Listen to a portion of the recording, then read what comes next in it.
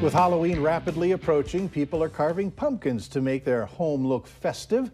But every year, Sanford says they see a spike on hand injuries from pumpkin carving. In tonight's Healthier Me, Valley News team's Giovanna Simic shows us how to safely carve pumpkins.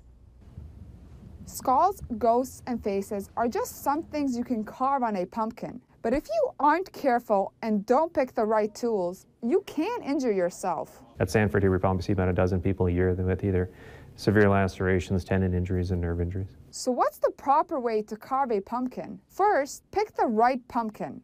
For picking a pumpkin to carve on, you want something that has a big enough face that you can have some working surface and that the walls aren't so thick. Then, make sure you have the right instruments to create your design. Using your typical butcher knife, paring knife, steak knife kind of thing, not a good choice, because when you go through the pumpkins are so hard that you don't have much control and you're likely to stab yourself. There are pumpkin carving kits you can buy that are blunted at the tip and are safe to use. Then you're ready to carve. Start with taking the top off the pumpkin, and if you're using your little saw, you can see they're actually pretty quick.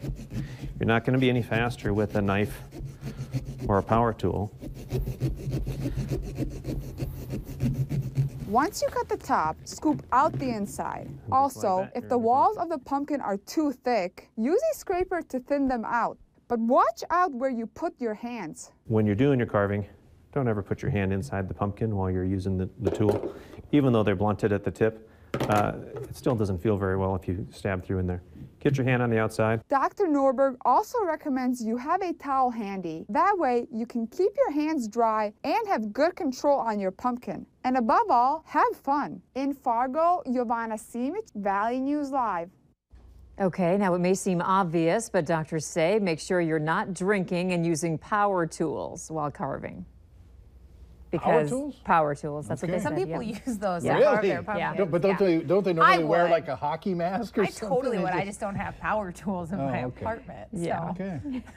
On that note. Well, we've got lots of football to talk about, from NDSU and Youngstown State, obviously, to Cam Newton and Carson Wentz facing off tomorrow, and of course the Vikings taking on the Packers this weekend. That's all next.